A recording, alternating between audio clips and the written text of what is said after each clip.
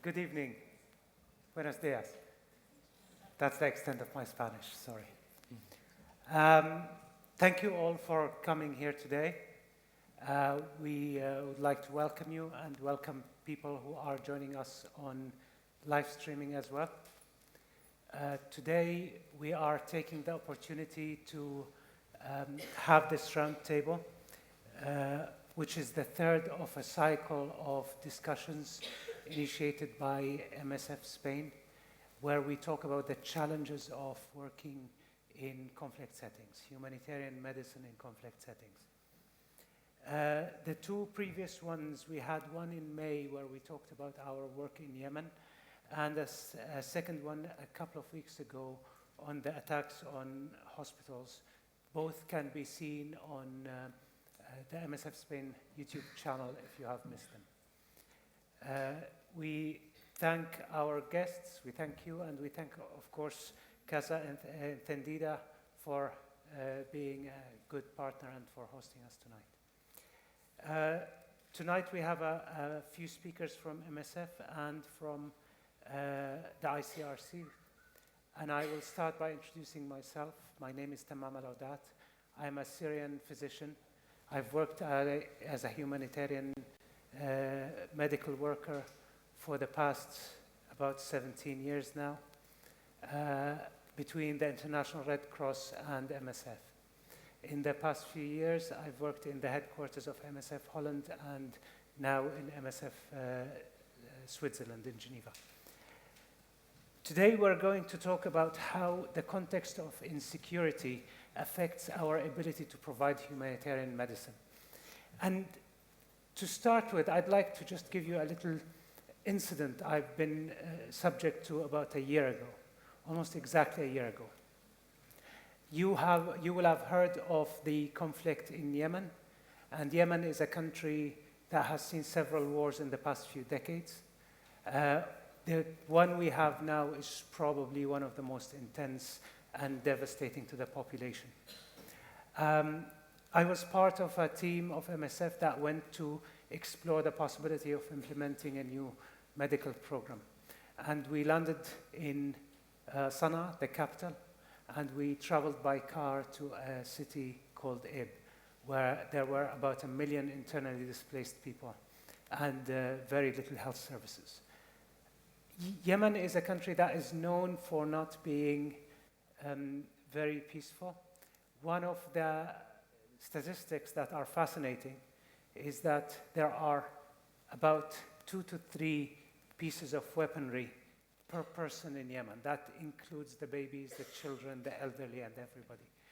Guns in Yemen are pretty common. But this is a statistic. It's much more difficult to swallow when you are sitting in a car and driving in an MSF car and trying to reach a hospital in a different city, in what is a beautiful landscape in a country that has seen much devastation. In the hotel, the owner introduced us to his son, 11 years old, and on his 11th birthday, he has received a pistol as a gift. He was carrying it around proudly, and I asked, and it was loaded. This was interesting in 2 ways. First, a child of 11 years old with a pistol should be scary, and I wasn't very scared. And second, this is absolutely as abnormal as things go. And this is one of the manifestations of working in conflict today. Conflict is not safe by definition. And as humanitarian workers, we don't expect to have absolute safety. In fact, if you go back to the charter of MSF, you'll find a significant part that says people who work for MSF understand the risks that they are subjected to and take responsibility for them. This is something we have lived through. We have seen conflicts, we have lived through them. We have gotten used to seeing guns, checkpoints, and to having what you'd call a safe room in our residence in the field.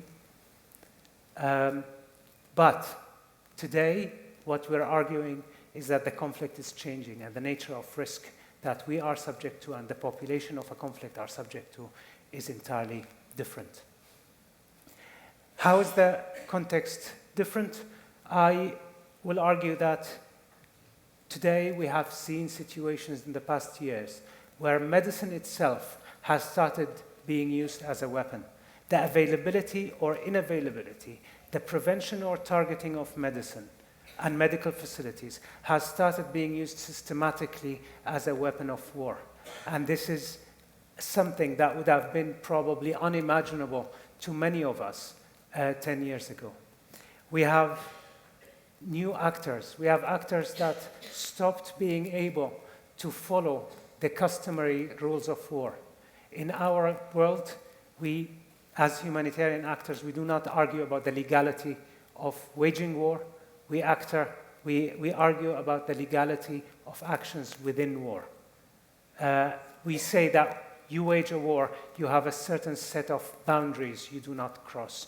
They are being crossed on daily basis, partially by governments who are signatories to the customary law that prevents such acts, but with the emergence of new actors like the cross-border non-state actors. You will have heard of ISIS as one example, but there are multiple groups that are active today that do the same.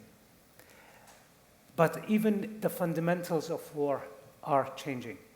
You will have heard of attacks by drones, people sitting, playing with joysticks,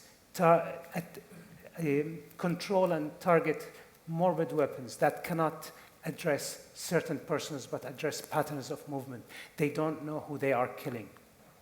And they have and will continue as they are used to target civilians intentionally or not. This comes with an escalation of all kinds of risks. In the past years, between Central African Republic, Congo, Somalia, Yemen, and Syria, we have seen humanitarian aid workers being kidnapped, being abused, and being targeted particularly. And this is one of the things you come back with, and whether you figure it out immediately or it takes years, is that all this isn't easy to take in. There is a significant level of psychological impact that this has. Today we're going to talk about the outcomes of that. What does it do? And I will just skim through it very rapidly because my colleagues will go into details. This has so many layers.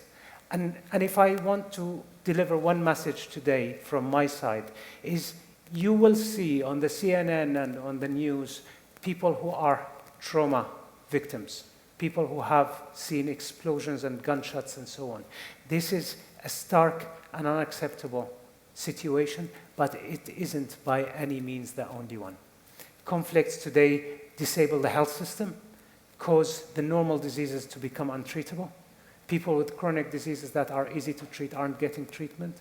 Complicated pregnancies are killing mothers and children, and outbreaks are spreading because we have no more of the preventative and curative aspects of the health system that used to exist. This affects the national health system.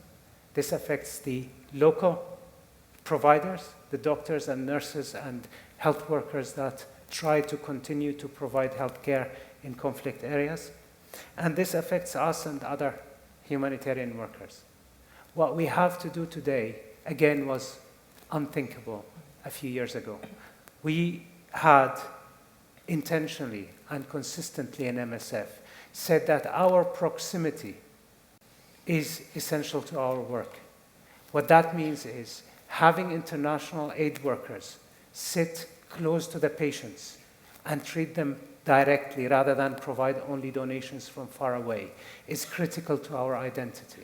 It's critical to our ability to be accountable, and it's critical to carrying our voice, providing témoignage, which is witnessing what is happening. This is much harder today than it has ever been in my experience. I will leave you here for a moment and move towards our colleagues. Today we have a rich panel. We will start with colleagues from the International Committee of the Red Cross in Somalia. We have Maurizio Campaya and Gail Corbett. Maurizio is a nurse who has joined humanitarian aid in 1999 and has worked starting in Kosovo and then in a whole list of countries, many of which has been in conflict, including Eritrea, Angola, Namibia, and South Sudan. And he joined MSF in 2007, where he worked in Darfur, which is a conflict, and then in an Ebola outbreak in Uganda. Later on, in 2014, he's been with the ICRC and started working as with the mission of Afghanistan, and currently the health coordinator for Somalia. I will invite Maurizio to give us his view, and the ICRC will speak about overcoming access issues in Somalia. Do we have Maurizio? I can continue speaking. I'm sorry for the speakers, but I will have to be slightly strict on time. So we'd leave a chance for questions in the end.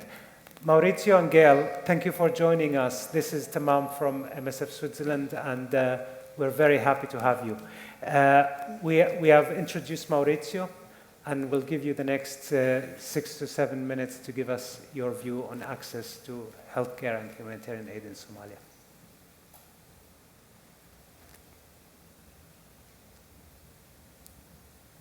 Maurizio, can you hear me? We can't hear Maurizio.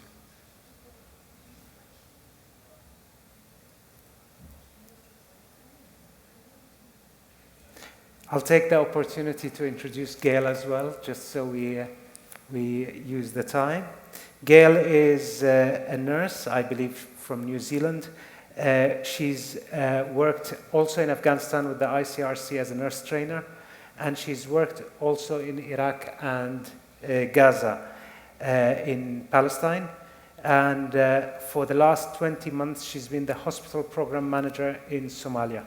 The ICRC runs today 4 hospitals in South Central Somalia, and they support the Somali Red Crescent in 32 primary healthcare centers. Up until 2 years ago, the programs were mainly run by mobile staff based in Nairobi, working with resident staff of the Somali Red Crescent Society based in Somalia. The last 2 years, there has been an increased access to the programs in the field for the mobile staff. Hello? Yes. I'm very sorry for the... Yeah. Yes, Maurizio, can you hear me? Yeah, I hear you perfectly now. Okay, Maurizio, I've introduced both you and Gail. Hello, I'm the moderator, my name is Tamam, and I've introduced both of you, and I'll give you both the next about 15 minutes to give your presentation. Thank you very much. Okay, perfect. But just tell me give me the green light when I can speak. You can start now, and just to be clear, collectively we have about 15, less than 20 minutes for the two of you, just so we can keep some time for questions later. Okay. Thank you. So as I was saying during the presentation, my name is Maurizio, and I'm the health coordinator for ICRC for Somalia.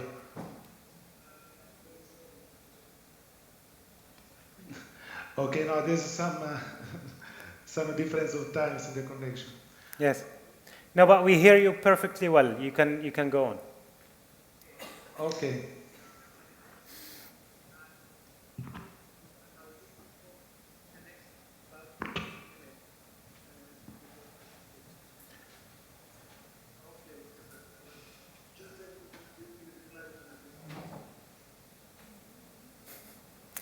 Maurizio is Nairobi, and the internet isn't necessarily as fast as we'd like, but and he's frozen now. Yes, Maurizio, could you hear us and start, please? Okay, perfect. I was saying that, I'm the health coordinator for Somalia. Now I'm here since July last year. Now, as you can imagine, Somalia, we are talking about access, but as for the country with the different context, the access is let's say 100%. It's RCLC has 4 hospitals. It is supporting 4 hospitals in Somalia, in Mogadishu, and the south of Somalia, Kismayo and Baidoa. We can say that we gain more and more access, if we can say so. I mean, when I talk about access, it's just flying in the main city and going from the airport to the office hospital. We don't have any freedom of movement outside of the city, for the reason that you can imagine. Since last year, when I arrived, we could stay in Somalia for just for 2 or 3 nights. And now, step by step, due to our networking, our activities in the field, we succeeded to stay till 10 days. Currently, we have a surgical team in Mogadishu following in one of the hospitals, following the activities. Of course, I'm not talking about working day and night in the hospital. We're talking about going there in the morning, following activities, doing training, and coming back in the afternoon before 4 o'clock. I mean, that's where we are. We count for the future to increase our presence and to stay longer and longer and longer. Probably, I don't know, maybe in 2, 3, 4 years, who knows? Probably we'll be able to go back as a delegation in Mogadishu. But it's not for now, for the time being. At the same time, I can say we are not following activities in full remote control. Okay, because we succeed between me, Gail, our field officer, we succeed to spend some on weekly basis to maintain our presence in one of the hospitals. I will leave the floor to Gail to go into technical things, and I think is much better. Thank you. Thank you, Maurizio.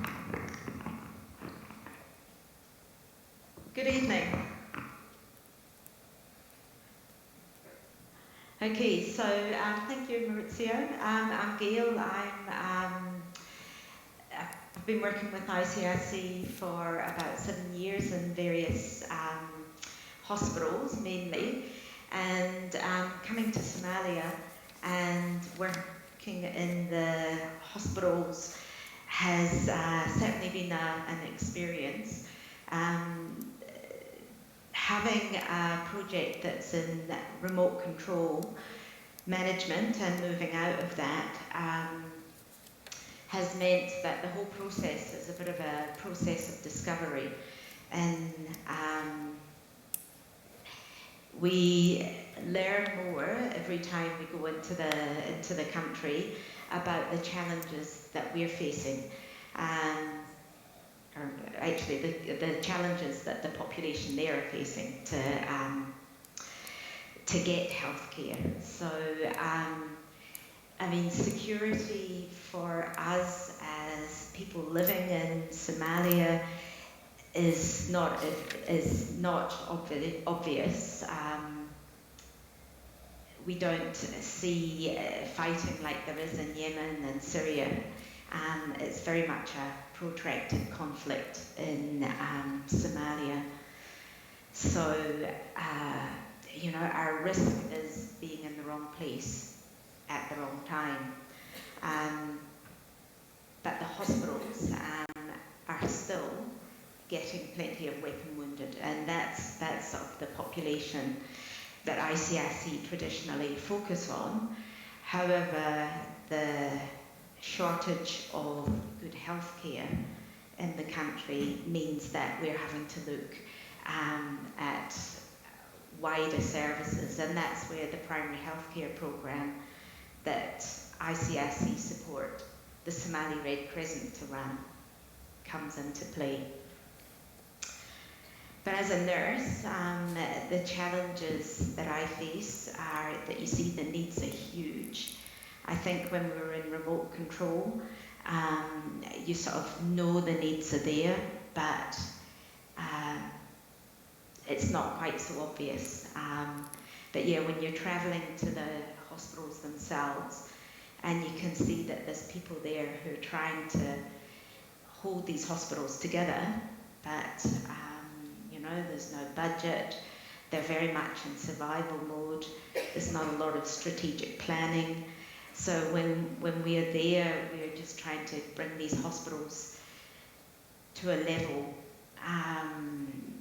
where the services in some ways are, they're not totally basic, but they're also not advanced. It's very, very normal services that we're trying to provide. Yeah. So when we're trying to help with the management and the clinical care in these hospitals, some of the challenges that we're facing is the other influences and the other motivations that exist for the hospital staff and the management teams, the local authorities, clan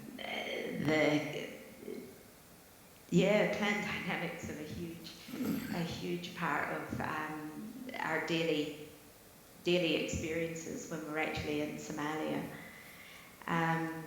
You asked me if I had experience with telemedicine, and as one of the things that we have looked to develop in Somalia is telemedicine, but that requires a secure and safe internet connection, and even that is actually a challenge.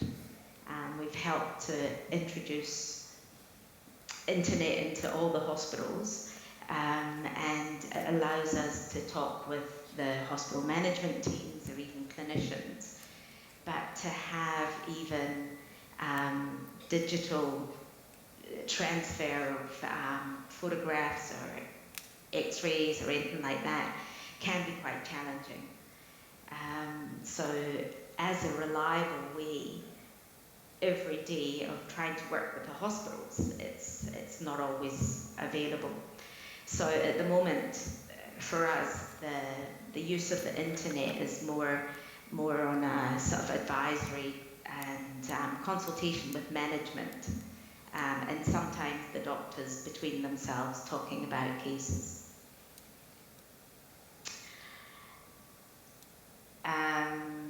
Some of the other challenges that we have, because we're not in the field, is we all like data, because it helps us to measure the activities and the quality of the activities. One of the issues is it's difficult to know that your data is always reliable. We have field officers who are working in the hospitals regularly, but even they're not there every day. So, having standardized definitions and common understanding on even basics like that can be quite challenging. So when it comes to analysing information, trying to work out trends, it's challenging. Yeah, it's difficult.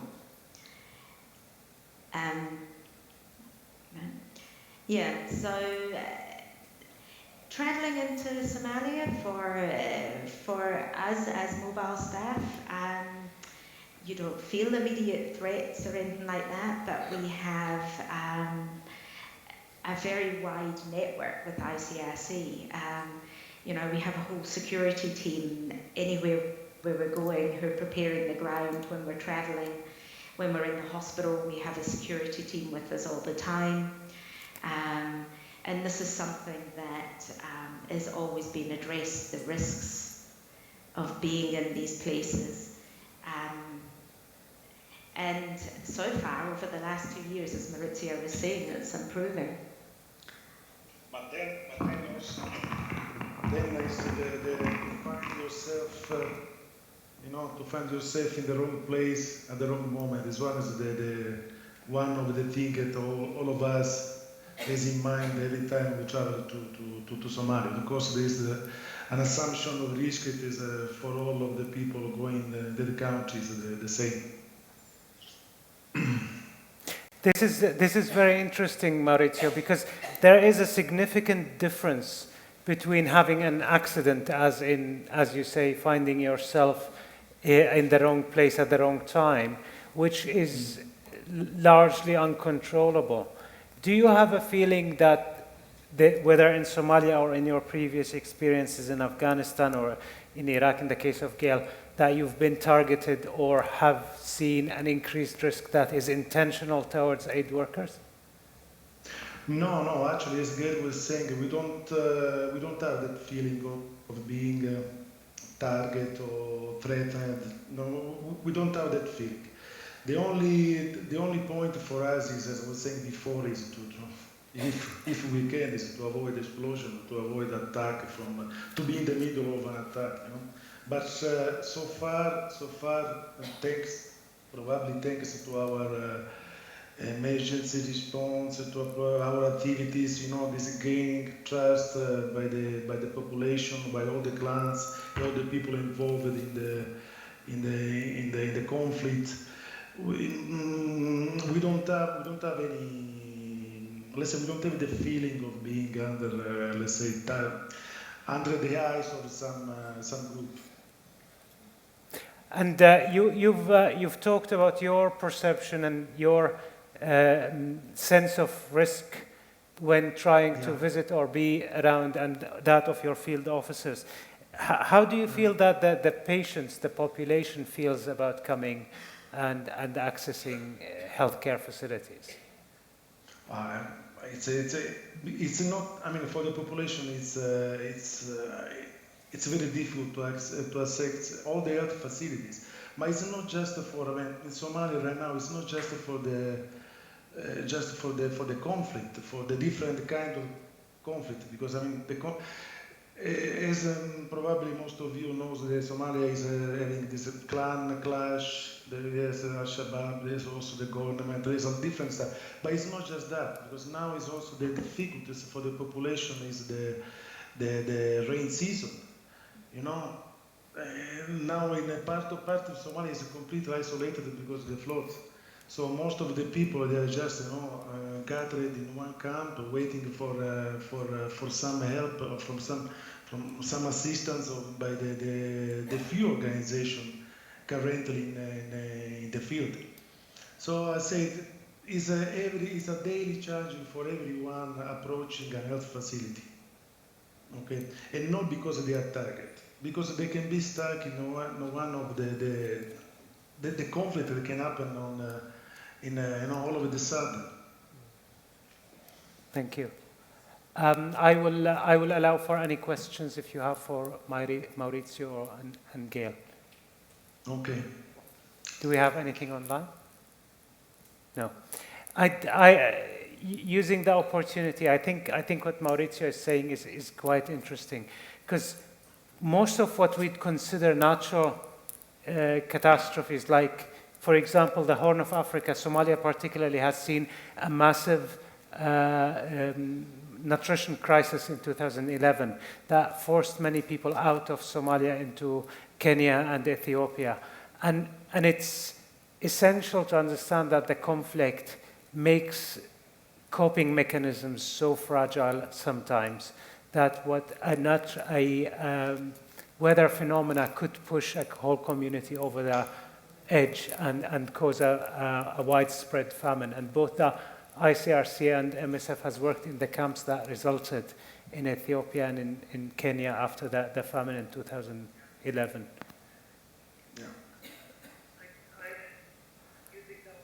Good. Thank you very much, Maurizio and Gail, for your presence. I'll move now to Merce Rocaspana, who's a medical advisor in MSF Spain in Barcelona. She has worked as a medical coordinator both in Syria and in sub-Saharan African countries, and has recently actually been supporting a hospital in the industrial city in Aleppo and on the Turkish-Syrian border. And she will tell us about that. Please, Merce. Okay, thank you, Daman. Okay. Thank you very much. Okay, so what we are doing in Syria is we are trying to provide healthcare to the population which is in extreme stress and in danger. And we have two main strategies. One is to try to run our own facilities with our own staff in Syria. And the other strategy is to support existing facilities run by other organizations or associations of medical staff in Syria. MSF Spain is mainly working in the north of Syria or in the south. So I'm going to talk about the experience I have about the interventions that we were doing in the north of Syria, in Aleppo city and in the north countryside of Aleppo. The challenges are quite a lot. I'm going to try to tell you more or less most of them in these 15 minutes that I have. So one of the main challenges is how we, as MSF, with quite a lot of experience in other war or conflict contexts, have been able to adapt ourselves as an organization and also as professionals to a context where the characteristics of the staff and the characteristics of the epidemiological profile is quite particular comparing with most of the experience that these professionals in MSF had before. Most of us had experience in Africa. Most of our tools and protocols are more adapted to African countries or what we call low-income countries. So in Syria, which was considered a middle-income country, quite a high level of academic education for doctors. So the medical staff in Syria, mainly the doctors, have very high qualifications. And the protocols they had, the way they worked before the war, the access to diagnostic capacities, the treatments, the knowledge they had was quite complicated for them to adapt to a precarious situation. So they have to suddenly adapt themselves to work with very few drugs, with a limited list of equipment and material, and we have to adapt our protocols to this. No? So at the beginning for MSF, when we were there, they were telling us that we were using tools not adapted to Syria. No? At the beginning they said, you are thinking that we are like in the African wars and we are different, so these kind of tools, very simplified, are not useful for us. Now, unfortunately, as the situation is worsening, the situation is going more precarious, I think the experience of MSF is more and more needed and valuable. But during all this time, all this relation with the Syrian staff has been a dynamic adaptation from both sides. No? So we had to adapt to a context with different profile in academic and also epidemiological profile, and they have to adapt to the precarious situation and the simplified tools. This, together with the general lack of staff, whether because they just died, they were killed, they left the country, or just because these profiles are inexistent in Syria. No? So there were many health staff killed during these years of war. There were, as we said, no, students or doctors without the proper qualification as a specialist, working as a specialist. There is no program of training for them, and then these high standards of the medicine in Syria are worsening during the time. No? As the war is longer, the level of knowledge they have, and also the perception they have about the standard of qualities is changing. So some examples is there is no psychologist because it doesn't exist. They don't have clinical psychologists, so you can imagine there are a lot of mental health problems. so we cannot provide proper psychological support to the patients. There are very few gynecologists. Let's say that there's no gynecologist today in this area.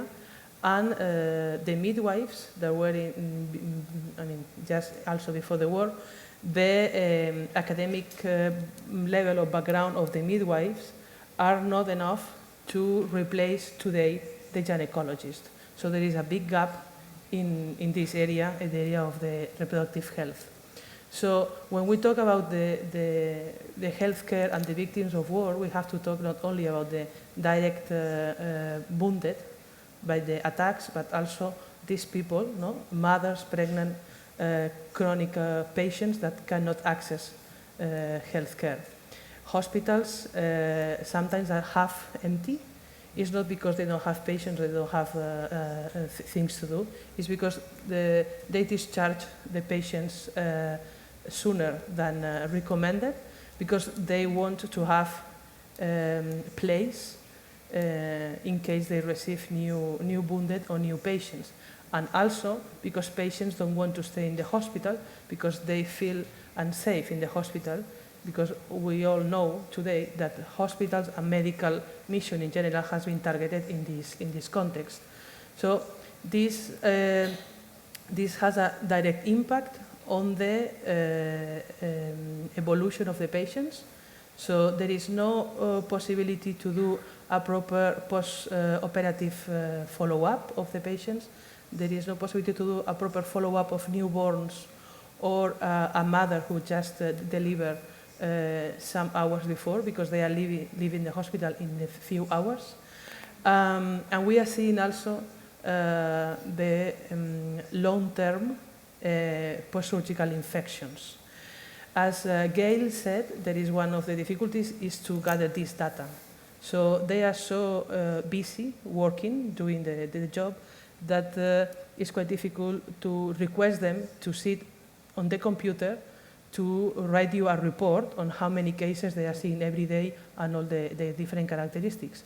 So we tried also to provide them with simplified tools to collect the data to help them to analyze which is the situation and which could be the best solution or measures to help the population. I mean, there were quite a lot of cases, no, of staff that they were requesting us things that we don't use in MSF. They were calling us from hospitals requesting equipment, for example, for the blood bank or for the operational theater, machines, no, equipment to do the surgeries, these kind of things.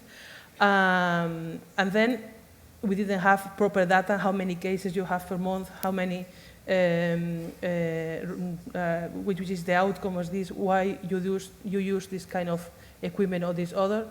So we were trying to get this data to justify the things, and usually in MSF, no, we are quite, let's say, paranoid with the issue of the data and the justifications for everything, because we are quite responsible with the money, with the resources that we receive from the donors. But in this case, we recognize that we have to be somehow flexible with the information we get from that, and we have to do an exercise of confidence.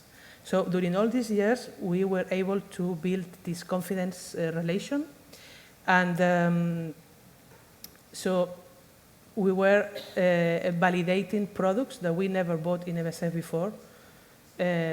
So we had the medical department, at least in Barcelona, doing big efforts, the medical and the logistics, to validate manufacturers and providers for medical equipment for Syria, because there was specific cases, things that we never use in another country. All the challenges that we have is the issue of the protocols. They have their own protocols. We have our own protocols.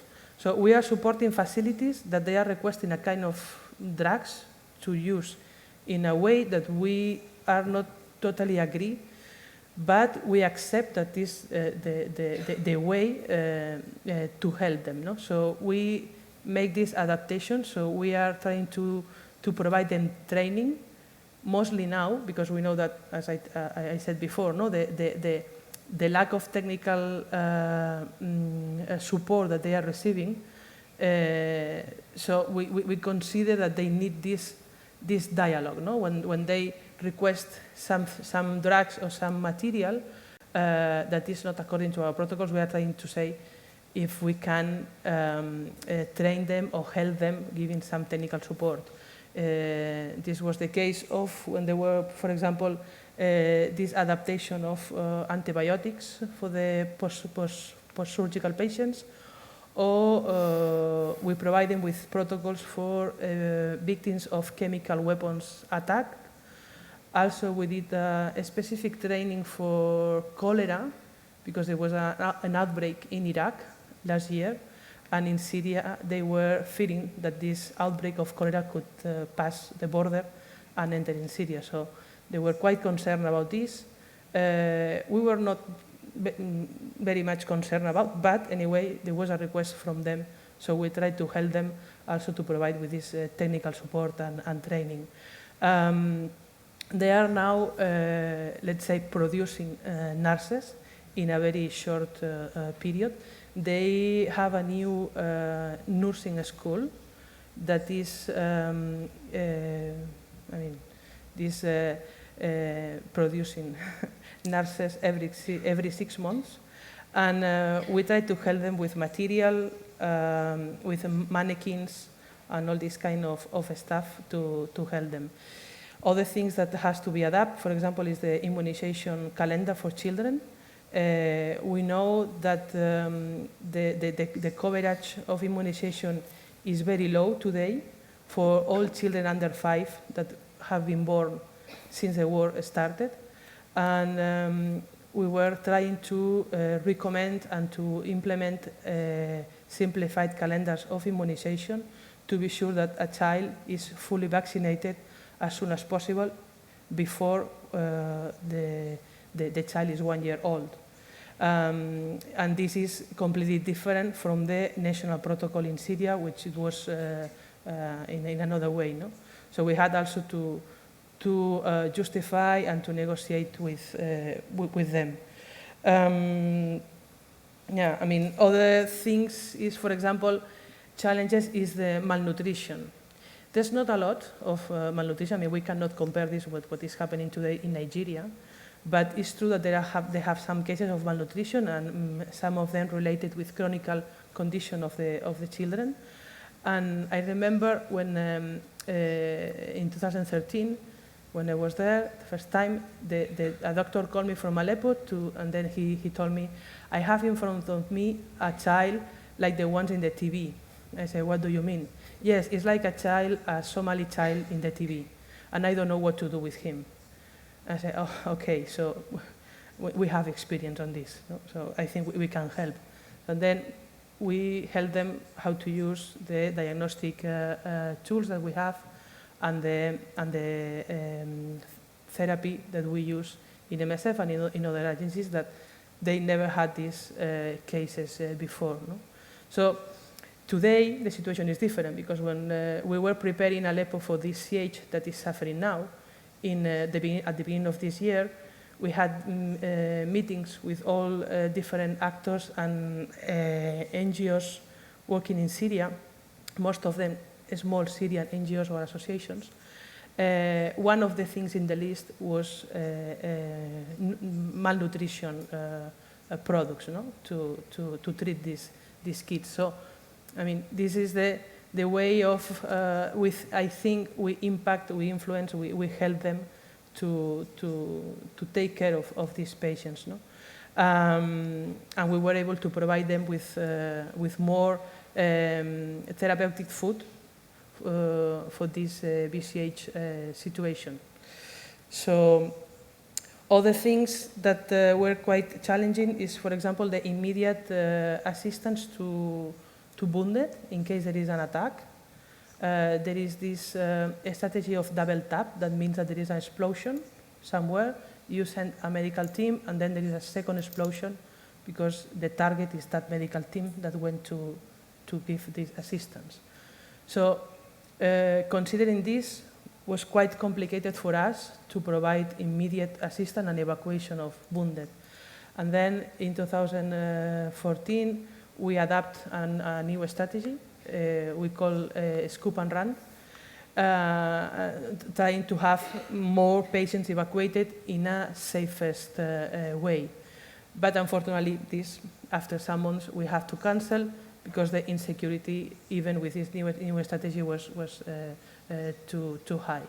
So we are trying to adapt a lot.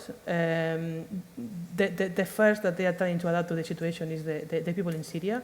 So we, from MSF, I mean from the offices or from Turkey, from our bases, I think we are doing a big effort and we are learning a lot. But who is doing the job is the Syrian staff. So they are the ones doing the most part of this effort of adaptation and changing protocols, and we are just there trying to help them to make the best decisions and providing them with everything that is not possible to purchase or to be provided inside Syria. No? But for example, ambulances, we were thinking to provide them with new ambulances this year. And they say, okay, very good idea, yes, please, we need ambulances, new ambulances, but please don't buy the ambulances in Turkey or in Europe or in Japan. Try to buy the vehicles inside Syria, because as you know, no, if you have a new car, you know that everything is electronic. So if you have a problem in the car, to fix it, the first thing you need is a computer.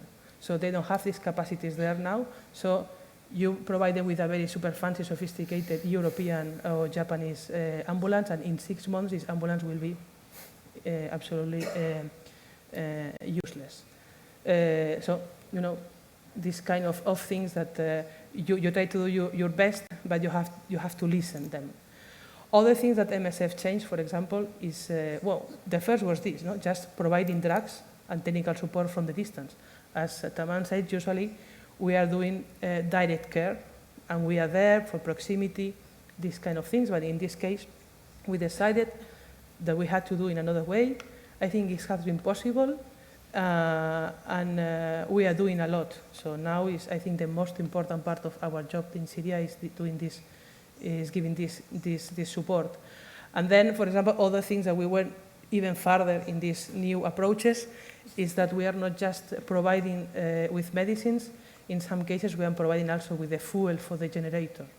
So it's not medicines, it's something else they need, no? Because if they don't have fuel for the generator, they cannot run the electricity in the hospital, they cannot do the surgeries. So we were providing fuel to the hospitals. That is something new for us. We said that we were doing in Syria things out of the box. And finally, we decided that we don't have any box in Syria. And we are always, every decision that we take in order to adapt our standard protocols or ways to intervene, just for you, I mean, to don't be too worried, is that are very much debate. I mean, we have internal discussions, we consider pros and cons, and this, trying to be always ethical, trying to don't deviate a lot our intervention from our core principles, but this sometimes is a long process, so we have to balance this, to have a long process of discussions to check if this is according or against our principles, or just, I mean, react and give attention to the ones in danger today. I mean, they cannot wait 6 months that we change a protocol or something. No? So this is quite difficult. So we are trying our best, but it's complicated to do in many occasions. Yeah, can say many things, but I think it's enough. So. Thank you very much, Merce. Thank you. And these are indeed some of the dilemmas in Syria and other places. What I will move to next is one of the solutions actually that we have been using, and this is called telemedicine. And this isn't only for Syria or for places where we don't have access. This is also for places where we have access. But as you may know, many of the physicians that go with MSF go with general experience, and then are faced with some of the very complicated cases that they haven't seen before. To overcome that, we have created a tool called telemedicine. And telemedicine isn't unique, it's known, but what we've done is make it applicable to some of the remotest places in the world and put enough experts to advise our staff, both when we have access and when we don't. To speak about this, I'm going to ask my colleague Daniel Martinez to join us. And Daniel is a pediatrician from Mexico. He is also studied a master's in public health and has worked both in the field and in headquarters in Sydney, of MSF in Sydney, in Barcelona, and now in Geneva. He helps our team in Geneva, the Mother and Child Health team, and he has been a referent for telemedicine in Barcelona. So I'll thank you for joining us, Daniel, and I will kindly ask you to tell us about telemedicine. Hi, good evening. Can you hear me well? We hear you very well, thank you.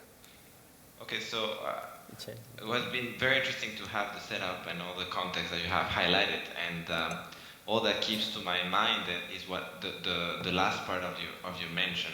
I'm not going to here to bore you on telemedicine because it's not a new thing. What we have been seeing in the last years when we've tried to come with new solutions is what does really work with all the given situation that our colleagues of the Red Cross and you have explained and Merced has explained. We're giving into a very not only unsafe, unstable and unpredictable context. So every time, sometimes we come with the idea of let's try to connect at least our first line responders to experts. We think on very high-tech solutions. We think on, yes, let's just have the surgeons in Syria with cameras and then colleagues on the other side helping them.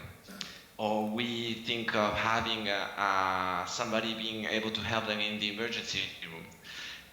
Those are the solutions that today are challenging. There are several examples that actually it can work. In Syria, there has been interesting pilot project, not only by MSF, but by other organizations where they have been able to even do medical rounds on a weekly basis or 2 or 3 times per week for specific high dependency areas within Syria. But these solutions have required 2 things that are very challenging. Some that you have mentioned, the dependency on the connectivity. And then you need electricity and a broadband internet connection. And the second thing, you need full availability of people on the other side, and that's hard to reach. So what we're trying to put is to think on the 2 other things. We have already, and we have been developing for already more than 6 years, a large networks of experts from different backgrounds. But they have a key added value. And this is something that is not easy to reproduce in other settings. And for example, the Red Cross uses the same portal of telemedicine. It's people that have field experience.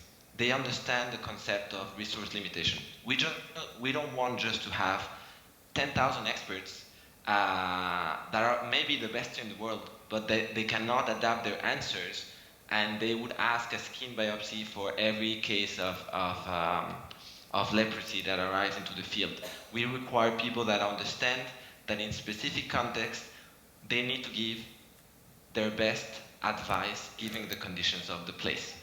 And we've seen a real added value for example, radiology, dermatology, or specific conditions where we know that the clinical expert eye really can replace and can complement what the first line medical doctor or nurse or clinical officer is seeing.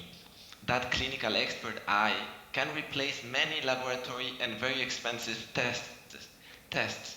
So we could be investing in giving back a full laboratory support or a CT scan or very expensive tools, but we can also think of bringing this expert eye that is hard to find, and having the expert eye that in combination of having somebody that understands resource limitation concept is key.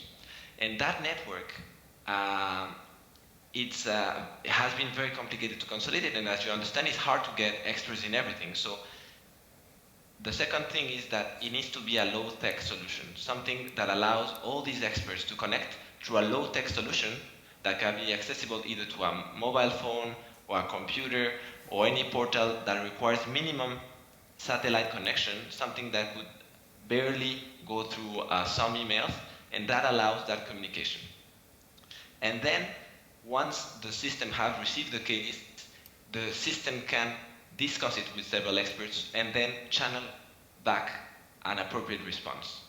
So that's the two things that we think are interesting. The consolidation of a very particular network of experts, and then basing our system more on low-tech, but that low-tech to be also having the minimum requirements. And also, for many years, many of us in the humanitarian setting, we have been doing telemedicine. We have been having a case, and we call through phone or through satellite phone. We send a fax before, now mail, and then we were exchanging personal data of our patients. We want this low-tech solution that we're proposing to be reliable, secure, and ensuring basic confidentiality of our patients. We don't want to have any lower standards for our patients in Syria or our patients in Somalia or our patients in the north of Nigeria than any other patient that we will be treating in what we call a developed setting.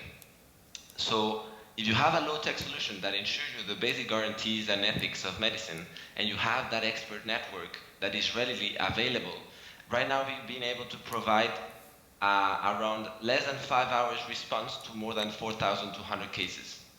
And right now what we are trying is to see the other challenges that we have is, for example, limitations that can arise as on the language.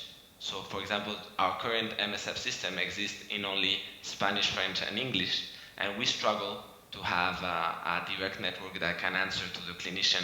For example, if they submit a case in Arabic. Today the system, if they submit a case to Arabic, we need people in Amman or in Turkey that translates the case into English and then submit the case into the platform. So that today is a limitation for our system growth in some places of the Middle East. But I see it as an opportunity because it will also help us to consolidate our links with all the communities of experts that know better the Middle East, so that speaks Arabic, and that has been already done by other organizations that have been able to communicate better with the Syrian diaspora that speaks Arabic, and that have the expertise, for example, for dialysis cases, and they have been able to do direct telemedicine support into Syria. That's more or less how I see this, like trying to adapt, and then once you have set up this low-tech, simple solution, you could think then on adding ad hoc, more interesting solutions. So for example, then trying to connect, when you have established, for example, for hospital settings, yes, let's try to set up weekly medical conferencing for discussing cases, to keep on challenging the young doctors that are today now completely deprived of this academic stimulation, and that could be also relevant for them.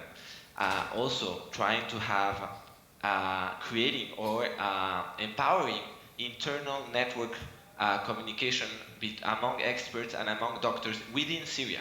Today we know that these networks already occur, but using non-secure systems such as WhatsApp or Skype. So what we would like is to help also consolidate the network, the exchange of information between the medical personnel within Syria, but through secure platforms that would ensure that when they're exchanging sensitive information, for example, of war wounded in one place in Syria, that they could funnel that information to other colleagues without being afraid that that information could be intercepted.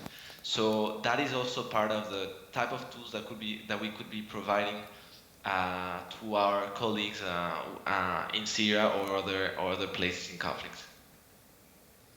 Thank you very much, Danielle. I'll tell you a couple. Are there many medical people here? Could you raise your hands if there are a few medical people? There are a few.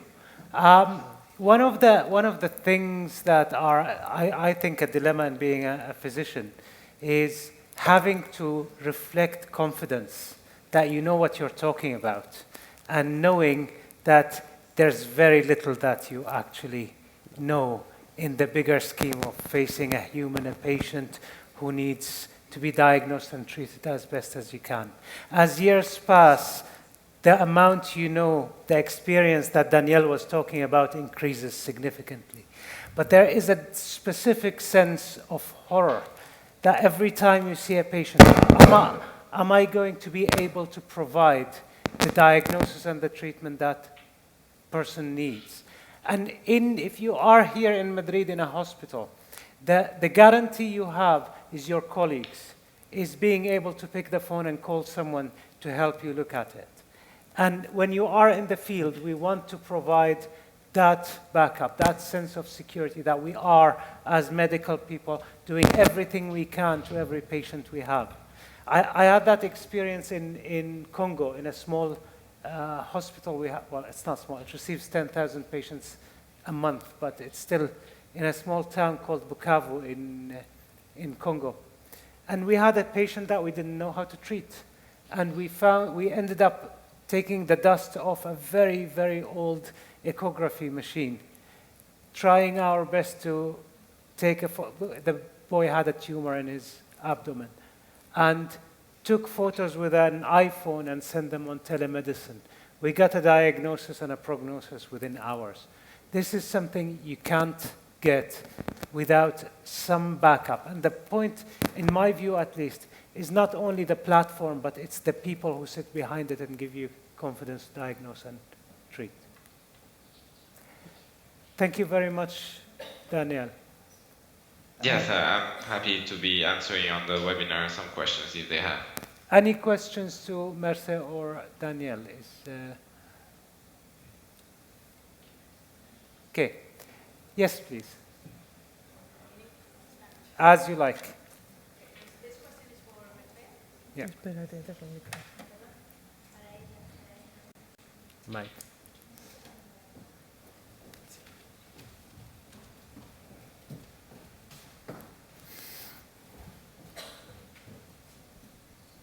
Hola, buenas noches. Good evening. So, I'll do it in English. So castellano, vale.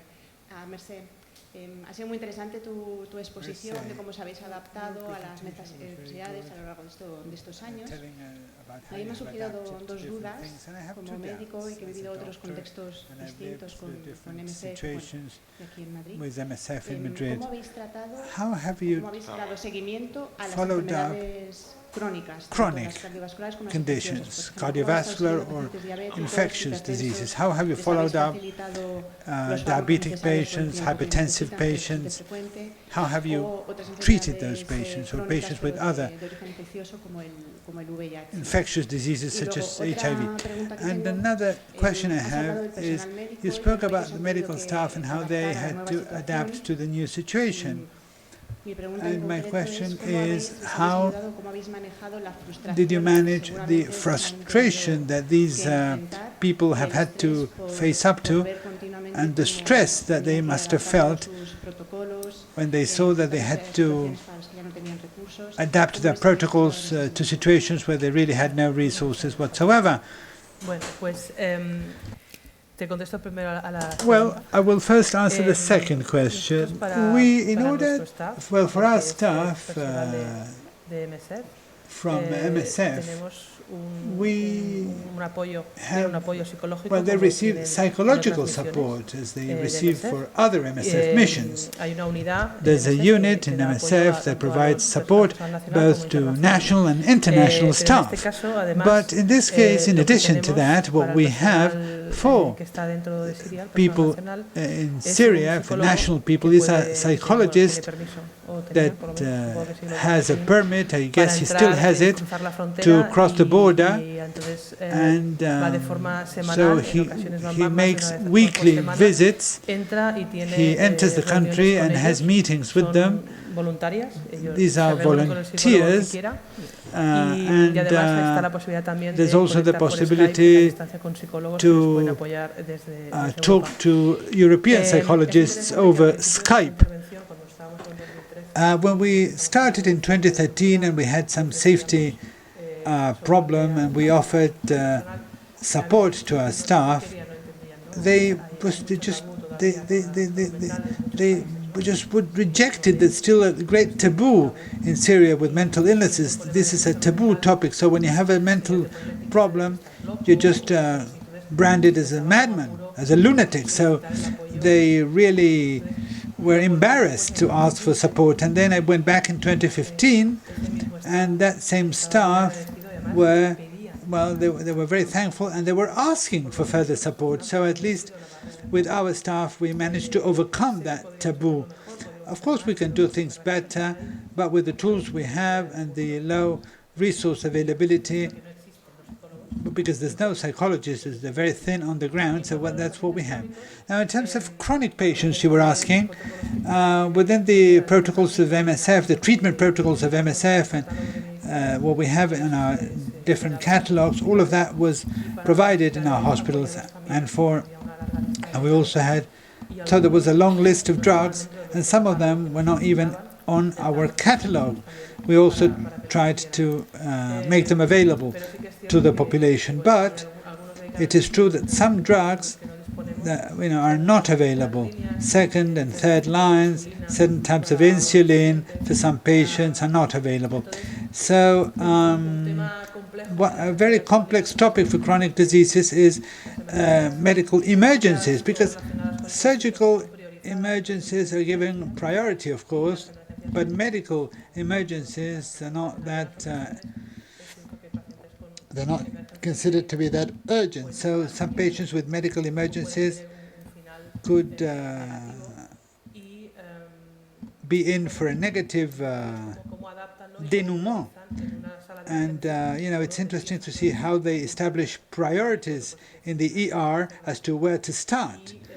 And knowing that, and of course we're going to have more and more medical emergencies, because support to chronic patients is lower and lower, because the availability of drugs is non-existent in Syria, because all the drugs being used come from abroad.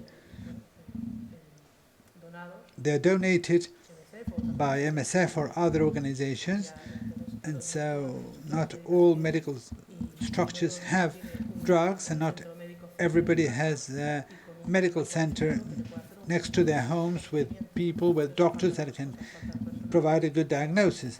So there's a dearth of personnel and a dearth of drugs. Thank you. We'll show you a little bit of a small video about the use of telemedicine in South Sudan. If we could draw that, please.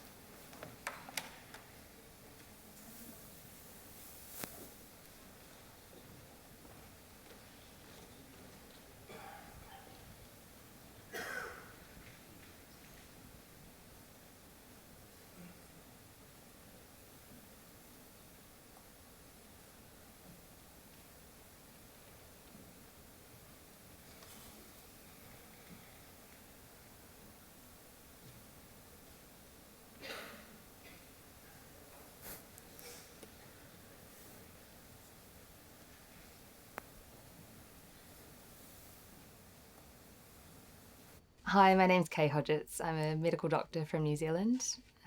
I started working with MSF at the beginning of last year and recently completed my second mission. Last year I worked in the Somali region of Ethiopia with a population that had been affected by a prolonged period of conflict. We worked in both primary and secondary healthcare facilities, and operated a number of outreach clinics also. During that time, the bulk of the work was in pediatrics and malnutrition, but we really saw a little bit of everything. More recently this year, I worked in Lear in South Sudan, again in primary and secondary facilities on either side of the conflict. Again, pediatrics, malnutrition, a bit of a mixture of everything, and a lot of violence-related injuries, a lot of gunshot wounds. When I arrived in my first mission in Ethiopia, I was the only medical person in the project at the time. During a ward round on the pediatric ward in my first week, we had a case of suspected spinal TB in a child, and one of the national doctors working in the hospital suggested that we put the case on telemedicine, which I hadn't heard of before, but found the login details on the computer and uploaded the case, and was so impressed by both the quality and the speed of the response that I received that I didn't look back from there, and continued to use telemedicine for many of the complicated cases that I saw. And then Daniel, one of the coordinators of telemedicine, suggested that instead of just reserving it for complicated cases, that we utilise it as on more of a routine basis, which was great because the benefits of using telemedicine go far more over and above what the benefits for an individual patient are. So that was fantastic. Since I first found out about telemedicine, I've used it for roughly 20 patients, both in Ethiopia and South Sudan. And this would range from simply uploading a picture of a rash or an ulcer or an x-ray to uploading videos of demonstrating neurological signs in patients. Sometimes the correspondence would go back and forth over a period of weeks or months for a particularly complicated case. Yeah, there was one case that I dealt with in Ethiopia where telemedicine was particularly helpful. I was dealing with a 4-year-old Somali boy who was malnourished and presented with fevers and found to be pancytopenic or had very low blood counts. And he wasn't responding to our initial lines of treatment, blood transfusions, antibiotics. And via telemedicine, we were able to access the assistance of a number of specialists, including a pediatric hematologist, who helped to guide some of our decisions to refer the child for some more specialist tests, including a bone marrow biopsy. And subsequently, we utilised the specialist assistants to interpret the results from that and help guide some treatment decisions. And ultimately, the child was able to be discharged well after 2 months of being an inpatient in hospital. So it was a successful outcome and gratifying for everybody involved. When you're dealing with complex patients in these types of environments, without the usual investigations, you often rely on your clinical findings and being able to relay these to a specialist who has more knowledge and experience, expertise in the conditions, the type of conditions that you're dealing with is very, very helpful. It just gives you an extra level of support that you otherwise wouldn't have.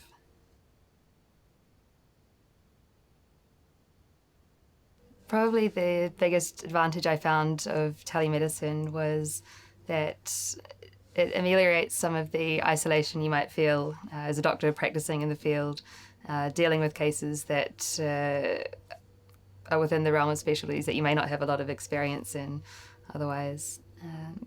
You have instant access to an enormous amount of expertise from around the globe in a range of specialties, and it's a very empowering level of support that you can access this advice and assistance and apply it to your patient and use it as a learning tool for the rest of the medical team that you're working with also. If I were to be at home working in a tertiary hospital, I would always seek out specialist advice for these types of cases. So why not do so when you're working in the field if you have the technology available? sometimes the speed with which I could access a specialist via telemedicine from South Sudan was faster than when I'd be able to do so working in Australia. So that was fantastic. In Lear, the situation was extremely unstable, and we had very, very limited access to investigations and resources.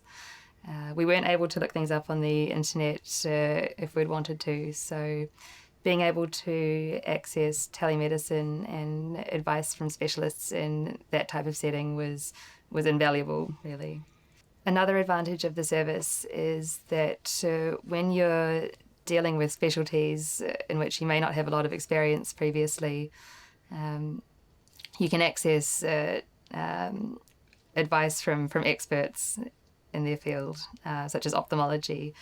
One time I had a patient with difficult eye problems, and the ophthalmologist I was able to access via telemedicine was able to provide me with information on how to make a homemade ophthalmoscope to look at the back of the patient's eyes, and also how to make antibiotic eye drops from the medications that we had available at the time. When you feel like you've exhausted all of your lines of treatment and investigations and the guidelines aren't telling you where to go next, specialists via telemedicine can help you to think outside of the box.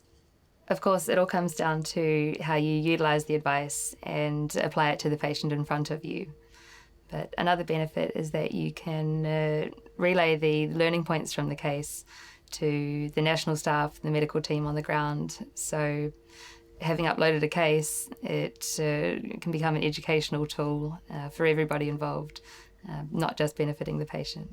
I hope that telemedicine will continue to expand its profile and capacity, and I look forward to using it again in future missions.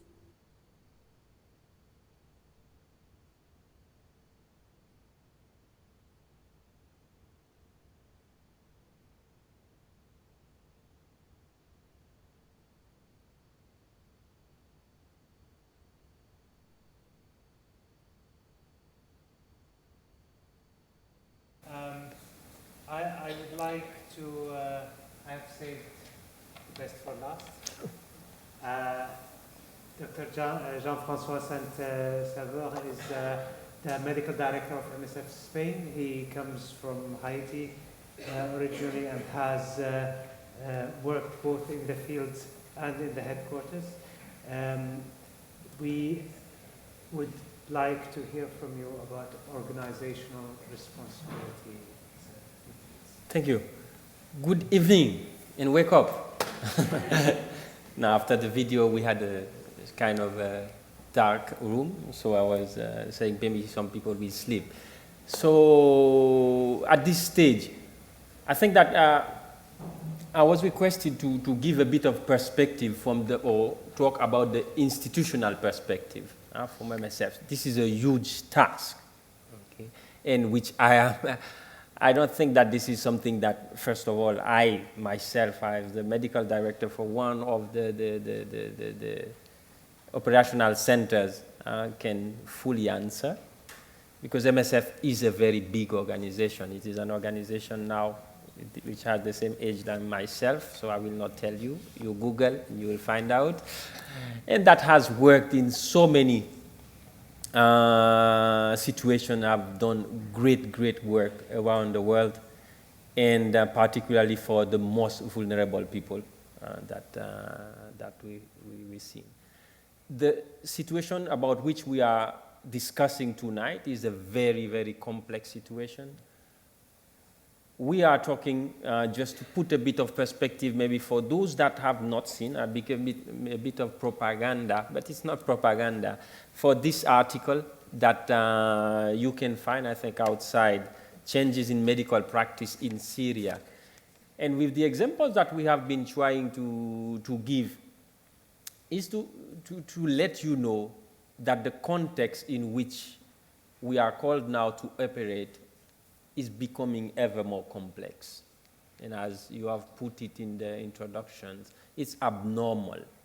So we are being confronted with situations that for sure we were not ready, and we are not ready even to confront them. We are talking of a situation now that, okay, from the Somalia, South Sudan, Ethiopia, all these contexts are protracted conflict, and some of them are acute conflicts, like in South Sudan. You have heard of the Central African Republics. In the other debates that you have seen that MSF has brought you, and you can see them also for sure on the news, we talk about the context. We talk from the international humanitarian law that is not being respected. There were other debates that talk about more the access issues. That was the last debate that you have. And tonight we come to talk about the relationship between, I would say, the healthcare provider and the patient and the target population and the beneficiary. This is what we try to address with those examples tonight. So from my perspective, I'll try to just address very briefly on three kind of maybe questions, because we have more questions now than answers. Because as you will see, or you have read and you have seen also even in the videos that we have on our website, by Syrian doctors that have also told us about their current experience. I will talk about what is the institutional responsibility with these changes that we have been kind of giving you some examples of them. How to find the balance between risk and benefit, because as an organization, we are saying to you that we are sending people to places like Syria right now, where healthcare facilities, ambulances, patients that are already wounded, they are being targeted. We used to talk of situations of residual risk. You cannot never say that there is no risk. That is the situation that our colleagues talk about in Somalia and in Ethiopia. But we have had cases from the years now coming. In South Sudan, our facility were attacked with patients inside, and some of them killed, and some of the staff killed. We talk of the situation that is well known, the one in Kunduz in Afghanistan, where we had hospital bombed several times. Patients died, healthcare workers died, caretakers died. And the situation in Yemen has been examples again that we are having more of our healthcare facilities being bombed. And we have had to take out our teams for some time in Yemen. And now the situation in Syria, I think I don't have the English word for it, epitome, I don't know if it's English, of what has been systematic use of bombing or targeting health facilities, ambulances, and patients, and killing them. So we are talking of a situation that is very, very difficult, that is abnormal, and that you may be asking to yourself right now, so how do you deal with that as an institution? Okay, we are talking of now, the first thing that in the introduction that Taman talked about is one thing that is very dear and close to the organization. Part of the way we work is the proximity. Healthcare is not done by robots. Healthcare is a patient that you have, and you have healthcare workers that is care. They try to help. They try to give sometimes of relief to the pain that the people are having. And sometimes we do life-saving interventions, but most of the time what we are there for is to care for the people. So we are in a situation now that those people, the healthcare worker, they are being targeted in some places, and the patients themselves. So if I would invite you really to go to read this, this would be part of the first question that I have, a part of the answer. What is the institutional responsibility with these changes? And even to accept, to go and to still working and support health facilities to be run in those contexts. I think our responsibilities as MSF, an organization that really tries to be transparent and honest in what we do, is to let you know also all the challenges we have, all the things we do, and oftentimes what we cannot do and what we are not really doing. Because right now in Syria, what we are doing is very, very minimum compared to all the needs that are there.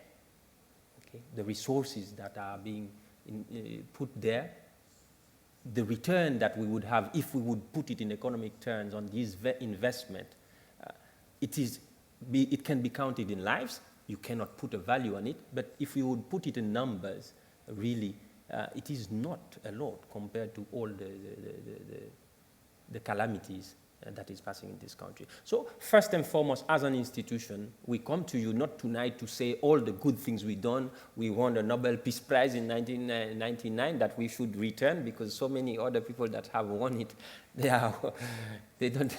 we don't deserve to be in that league anyway. But it is not about that. It is about to tell you our frustrations, really.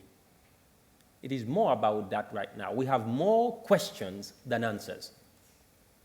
We have more frustrations than things that we could feel proud about. When we talk about the changes, we are talking of things that not all the changes that we have done only that have had some benefits. We are talking now that we are confronted with certain situations, we can find there also, that we're confronted with an outbreak of missiles, and we have not been able, not because we are not capable of organizing a mass campaign, a mass vaccination campaign, because if you would gather people together, they could be a target, they could be killed. It is not that we do not know how to answer to an outbreak. And it is happening right now also in Syria. Polio outbreaks they have had. So the changes that we are doing, not all of them, and most of them, I can say, are not ideal. We are not happy with them. We don't feel comfortable with them. In that situation, for example, we are now trying to see if health facilities are target, patients want to stay less and less in the hospitals. Even at times, you can see that maybe our clinicians, they are forced or they feel that they should discharge as soon as possible because you would leave the bed for someone else that needs it. But at the same time, you are putting more risk on the patient, more risk to go home and to take care of themselves. They come to you first so that you could support as much as possible. So first of it, I think the responsibility in this change for the organization is for transparency, a responsibility to be very much accountable, a responsibility to be vigilant with those changes that are done that we know that are not ideal, and to remain accountable about them. And as soon as possible, as we see that there is a time that we should say stop, we stop. We are not in those contexts for experiment. We do respect the dignity of the patients, of the people that we see. We do respect that for us it is not about the numbers, that we want to invite people to come and to say that we are seeing millions and hundreds of people. But we do know that we have our limits. So the part of it is, first and foremost, for us as an institution to know our limits, to question ourselves day and night, and to keep those red lines very clear for us. The part for the balance between risk and benefit, for us, again, it is an issue of always asking ourselves, who is getting the benefit of what we are doing? We do know that our colleagues that are there, more and more, if we are not able, let me just put another example. It is not that MSF, we are not very much present in Syria with expatriates or with all the doctors. You see situations that they say they only have 5, 6 doctors left, etc. So we are doctors without border. Where are your doctors? Why you are not there? The fact is that we don't feel comfortable not to be there. We don't feel comfortable not accompanying our colleagues, not putting more doctors so that one doesn't need to be 2, 3 days without sleeping and go from one hospital to the other and do it all. We don't feel comfortable for those situations. But the fact is that, yes, there are risks that we are not ready also to put the healthcare workers on. but just not because the organization doesn't want, but just because those situations are becoming more and more abnormal. And you have, and you know about all our campaigns, Stop Bombing Hospitals. These are not just words. This is happening day and night. So also as an organization, for sure, we do have to measure the risk, okay, that we put on people that we send on the ground, the risk that the healthcare worker, be them Syrian, because even though they want to volunteer as Syrians to be doing their job, we know that they have risk. We know that it is not easy for them to do a proper triage, because you have in front of you a combatant that is wounded, and maybe you do have somebody that is very much a humble person that don't come from a big clan, don't have a big last name, or it is not last name in most of those cases. They don't come from those groups. So the healthcare worker, it is not the time, the normal practice that you would have as a health professional, or they would have to do their triage, with all the professionalism, the knowledge that they have, their competencies, and to do that, it is not that evident in that place. So there are risks for the healthcare workers on that. So we always have to measure that. And for the patient, the same thing. We should not, okay, or encourage or be passive if we are seeing that the patient, they are taking on themselves also too much risk. We have to be able to explain. We have to be able not to be happy, because if this patient says, I have to go, I don't want to stay, etc., even if you know, okay, that sometimes it is better for them or to stay, so that you have to, and versus that, you will have one bed free, for example, not kind of be passive. You always have to confront with the situation and tell the patient also what is the best alternative, and that what you think should be best in that particular case. At the same time also, we know that healthcare workers are taking more responsibilities than what maybe they are capable to do, but they are confronted with situations that they have not seen before. We have seen a video, we can see it on the MSF website, for example, a doctor saying that I've seen, wounds that I cannot describe. Okay? Situation that people are not sleeping enough, and that they have to operate under those situations. So we as an organization, we have to always measure that. Is it okay that we let people continue to function in that situation? What about, okay, if we are having severe, most collateral or severe medical adverse events that are prone to, because people are human, more errors that are putting patients more at risk than the benefit that they should get. We as an organization, we want to and keep measuring those things. There is not red lines that we want to jump or to pass versus what should be the safety of the patient that we treat. And last, it's about what is lost and what is gained. I would start briefly with what is gained, because it is very little that is gained in that situation in terms for us as an institution. We do gain because we see more and more, even under those extraordinary circumstances, abnormal circumstances, cruel situations, the healthcare workers, the colleagues that are there, they want to help the patient. They want to support, even at the risk of their own lives. Healthcare workers, there is I don't know, well, the English for a little bit of humanity is always there. So it is not all lost. There are always people that want to help, that want to support, that want to bring this piece of humanity to others, so that people in Syria or in other conflicts that are caught in the middle of those cruel wars, they don't feel that they have been abandoned by everyone. So yes, there are things we gain to see all those things that are coming from our volunteers, our colleagues, and the frontline workers, and that's why we have to try all that we can to give them the support that they need. And what is lost, I think I will finish with that, and it is part of more questions that I have. What is lost is, first and foremost for us, is like more and more we are losing the proximity that we should have with the patient, the proximity to know really what are the real needs, the proximity really to put into the balance. Is are all these people that are getting the benefit, the real target population, are they the most vulnerable that we as an organization, as MSF, we really would treat if we would be under other circumstances? Because oftentimes those that can reach the hospital are the same combatants themselves.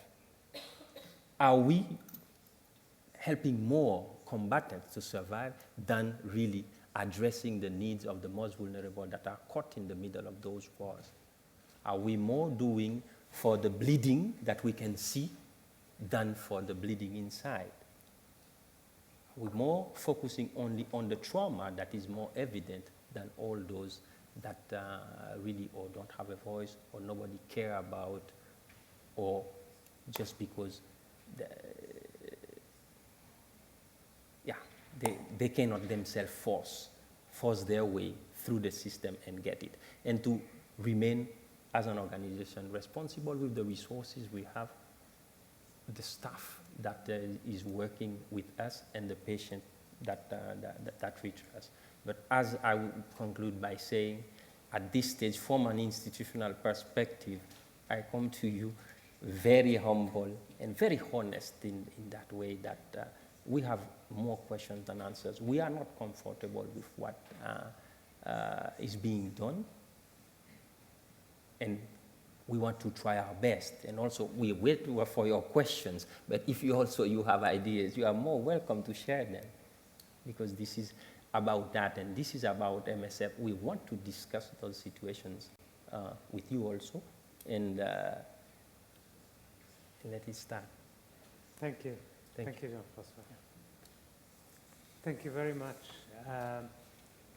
It's always difficult to measure the extent of our responsibility when we are trying to mediate in what is a very difficult situation. Where does our responsibility start, and how can we balance the risk, as you say, and benefit of our presence or absence? Thank you for that. If we have any questions, we'd be happy to as well take them. Yes? For? Daniel. So we'll wait until we are at the question and answer. Okay. Yeah. So I will ask a question to myself now. I will give the floor now to Tamam, as that will share with us also a personal experience as a Syrian doctor and a humanitarian healthcare worker. Thank you. Before the wrap up. Thank you. It's a little. It was a little confusing for me when I started thinking about answering this question. First, because I don't think I have a standing to talk as a Syrian doctor when my colleagues have actually been on the ground. I haven't been able to enter Syria for years now, except sneakily to MSF projects in the north a couple of times. But the more I thought about it, the more I realized that this is the limbo that I have been looking at for the past nearly 6 years.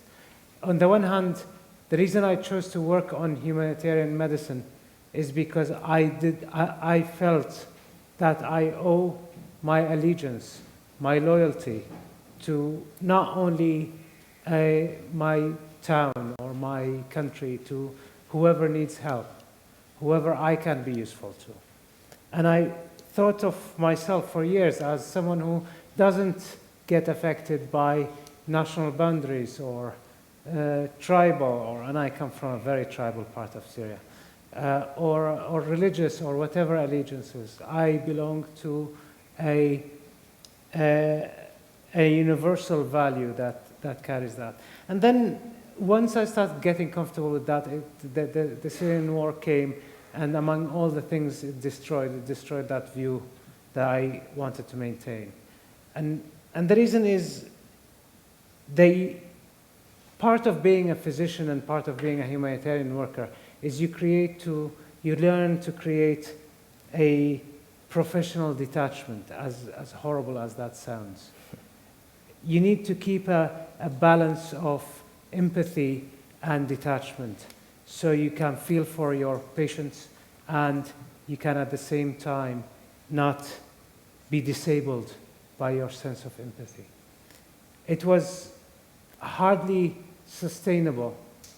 And I tell you, Merce worked in Niger, for example, or when in places like Somalia, or after the earthquake in Haiti, or after the tsunami. It's nearly impossible to maintain composure when you are faced with the overwhelming amount of both the problem and people's ability to start trying to survive.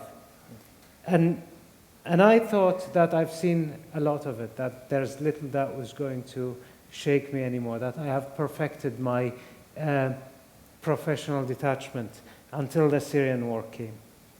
This is something I could keep at least a sense of professionalism about, I hope so. But at the same time, there's a personal thing. There are people I knew firsthand. There are family members who have worked and struggled and got imprisoned and migrated as part of this war. There are colleagues I've worked with before who have worked in the underground hospitals, who have worked in aid inside without the benefit of an international organization's contract or salary. And that takes you out, and it forced me to think about aid slightly differently, about my job that I've spent my life doing. So talking about that is not necessarily very easy. But in and around, and this is something I really appreciate MSF for, because the first time I joined MSF in 2012, I went to the emergency desk manager in Holland, and I told him, look, I am from there, and I was the head of the medical department at the time. And I said, I could benefit you in my knowledge and experience in the country, but I am biased by definition. I'll try my best to do the job as MSF wants it to be done. But it'd be silly of us to believe that I can be completely unattached to my country. And he said, well, we'll see. And we started working on it. And we managed to challenge each other in a way that we think at least we maintained a certain balance.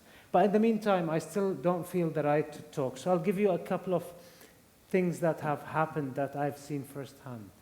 And this is from Syrian operations.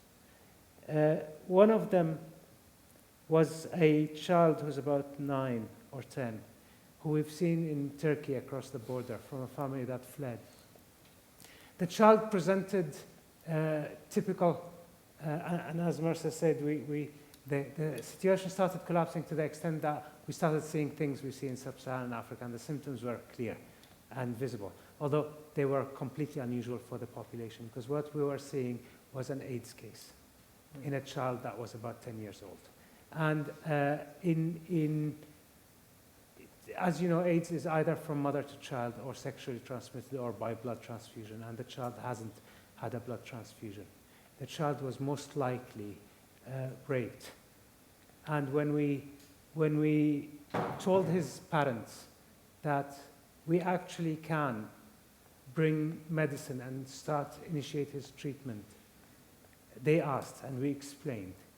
And of course they knew. And the next day, they disappeared. They took their kid and disappeared from the town we were in. And of course, it blows your mind. Why would someone sacrifice a chance to get treatment for a child? The problem is sometimes, and this is one of the things that we could never justify logically, sometimes the stigma that comes with a disease or with a situation overtakes the necessity for treatment. Another thing was another child that we got in Turkey.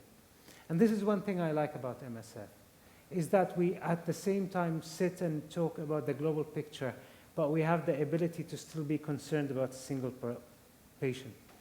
We had a child who had, in the middle of a polio outbreak that has resulted directly from the war. We received a child from Raqqa, which is now the stronghold of ISIS. And he had paralysis, so we suspected polio. And we were unable to do anything in Syria because we couldn't diagnose. So we took the kid and his mother and his grandmother, and we rode the head of mission and me rode with them to a Turkish city. And we spent a night there. The child had a different disease. Fortunately, it wasn't polio. He had a disease called Guillain-Barré. And we took them back. The reason we took them back is not because the treatment was complete. We had to take them back because the mother had to go back because her husband wouldn't let her disappear alone.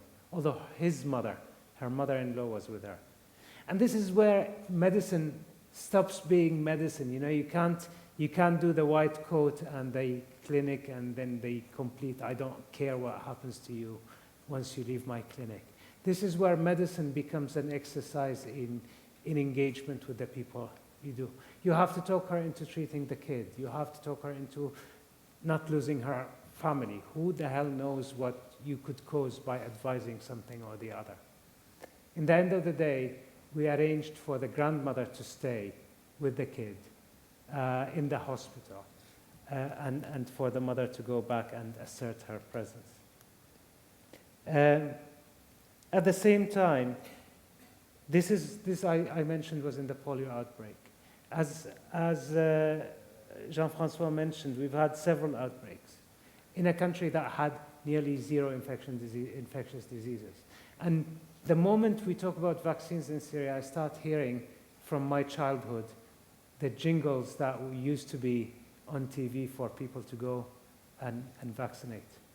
And this is, we had them all the time on the public TV. When I was a kid, we didn't have satellite televisions. We had one channel. And every day they'll put the songs about vaccinating, and everybody was vaccinated. And suddenly, in 2012, we started having drops in vaccine. And immediately, 2 years after the war, you start having outbreaks because the kids under 2 start not having vaccines. Of course, this is part of the paradoxical, horrible bit of the politics of global health, because we've had thousands of kids sick with measles that we've vaccinated in the north of Syria, and not much response from the global health community. Then we had an outbreak of polio. And mind you, measles kills many more people than polio. But polio, because they have an elimination target, because there's politics behind it and money behind it and big organizations, caused a massive stir. Suddenly everybody was negotiating for more access to vaccines after having ignored measles outbreaks for a year and a half before. The last bit I want to talk about is a hospital we've had in Ramtha in northern Jordan. And in the middle of that conflict, where bombing has happened every day, we had a weird equilibrium where the Jordanian border guard will only allow the worst cases to cross the border and get treated. And we set up a surgical hospital. And there's 2 sides to this. First is they had to see blood. So normal small injuries weren't allowed to pass. People had to be devastated to pass. And we couldn't even be at the border crossing to convince the guards that this is a serious injury, which meant that by a silly decision like that, we almost exclusively received amputations or severe central nervous system, head and torso trauma. We received practically the cases that we could do least about. And they didn't allow the cases that we could treat that within a week or 2 will have infections and wouldn't be treatable anymore. At the same time, one of the best things I've had is a surgeon in Ramtha. And you know, today, medicine is hyper-specialized. So a surgeon, if you go to study surgery, you will be asked to decide, what do you want? If you want orthopedic surgery, you'll go and study orthopedic surgery. In the old days, surgeons used to know how to do surgery of all kinds. And Haidar, who was our surgical advisor, was one of those guys. He was one of the few surgeons today with enough war surgery experience to be able to do almost anything in a surgical operating theater on a war victim. And he stayed there for months because there wasn't anything anyone to replace him. The amazing thing about Haidar is that about 35 years ago, he started working on humanitarian aid when he was a refugee in a refugee camp out of Iraq. And for me, his incredible skill is one thing, but his story completes the cycle. Haidar had volunteered in that refugee camp to help treat patients, and 30 years later, he's still treating patients out of the same region and probably saved single-handedly so many lives out of that hospital than we could be thankful for. I think today we've talked a lot about Syria, and I think this is almost sinister because Syria gets so much attention on the news. I am thankful for that because I know how many other conflicts and people do not get any attention on the news. There are shameful ignorance of how many people die of violence every day in many places in the world. There's all the way for us to know it, and there's very few people who care to know it. And this is almost exacerbating the trend that is unforgivable because there is enough politics around Syria. We hear about it every day. It becomes what is called a CNN conflict. And today you've heard of Nigeria mentioned a couple of times. You probably heard of Central African Republic and South Sudan. There are so many conflicts, maybe not as brutal on the day-to-day basis. But if you think of Yemen, Yemen has 23 million people. 20 million of them are in need of humanitarian aid. And before the war, 30% of the kids had malnutrition. I think we need to talk about each one of them. I want the conflict in my country to stop, but I also do not want other conflicts to stop being mentioned or addressed as they should be.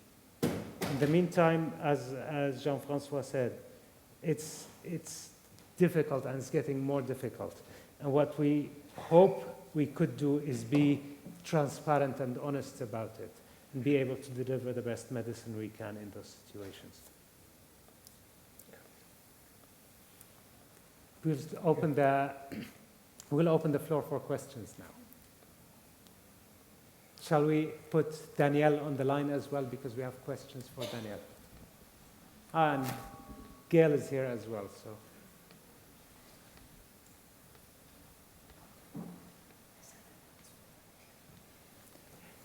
Is Danielle on the line?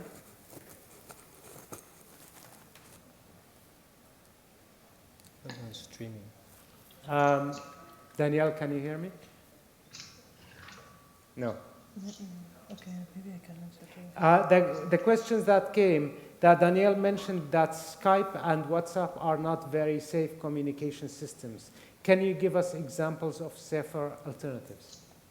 Yeah, so I think one of the alternatives is the platform that we have. I mean, what Daniel was saying, and then in the video, what that doctor in the video was describing was the use of a MSF platform for telemedicine, which is safe and is only for MSF. So this is the platform that we have now. And we are trying to develop other kind of tools, but we have already a platform that is. I think what Daniel means is multiple layer. First, we're not insinuating that the existing systems are hackable or so on. It's the usage of them. You have your phone around, the people can see it, and it can be forwarded, dealt with, seen, and that's not safe. We have a particular concern about patient data. Patient data, we have an obligation, both as medics and in the situations we're in, to keep the identifying data of patients secure. And this is extremely worrying because in addition to the autonomy of patients that requires us to keep their privacy, there is a real risk in some situations. You will have heard of stories where in Rwanda, for example, lists of people were used to guide people who have committed the genocide.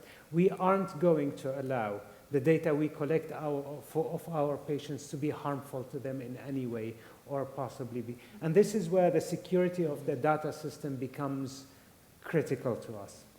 The other question is, what are the consequences of not using those safer communication systems? This is exactly what I'm saying. In what we cannot understand necessarily as external observers is that things could be risky in ways we don't comprehend. There are places where just the name of the person will imply their religion, their tribal affiliation, their regional, and it becomes very important to protect it. The consequences are putting ourselves and our patients at risk if we cannot protect their data. Yeah, I mean, we are very careful because we don't use the names of the patients in this, and even the staff. Some of the staff is working with how would I say, alias. No, I mean, aliases. Yeah. It's not the real name because they don't want their name written in any document that maybe could be used by the parties in the war against them. So it's a matter of the right to the patient. So one of the hospitals in Aleppo had a system of telemedicine. They were using cameras that were connected with a hospital in another country, and they were providing support from the distance for the intensive care unit. Then when I talked to them to understand how was the system, because we say, okay, if you have a good idea, maybe we can learn from your experience and adapt and maybe do something similar in another hospital. So they just have the cameras but without audio. So then this medical team from the distance could see the patients, but the communication was through WhatsApp. So then at the end, the system that we thought was a super nice system, ICU supported from the distance, at the end was not so nice, no? Because it was not very safe, this system. And then I asked, what do you do if the patient refuses to give you permission, the patient or the caretaker, to be recorded by the camera? And they say, we don't ask. So these are the considerations in the telemedicine. So we are trying to do the things as best as possible. Just in general, I think this is the main point that we talk. The standard that we apply either to telemedicine are the same or more strict even to what is applicable at that. So the respect for the patient autonomy, their confidentiality is the same. So this tailored platform that we are using, it is made for that. There is nothing that is secret 100%, but we use it because it is a platform that is tailored for that. And at the end of the day, also, these are the things that we have to value as an organization. Where are the limits with working with other staff, etc.? Is that for us, these are not limits that MSF is putting. It is the limits of the profession. It is the limit of the ethics of treating with patients. So it's a red line. Absolutely. Okay. I think we're coming to the close, so I'll give a last chance if there are any questions. Good. Somehow we're on time despite... Yes. Yeah. Thank you very much. We really appreciate your presence. Thanks to the people who have followed us online. And I'll encourage you to also go and see the previous two roundtables from this series. Both are in Spanish, I think, no record. And let us know if there's any feedback you could think about. Thank you very much and have a good evening. Thank you.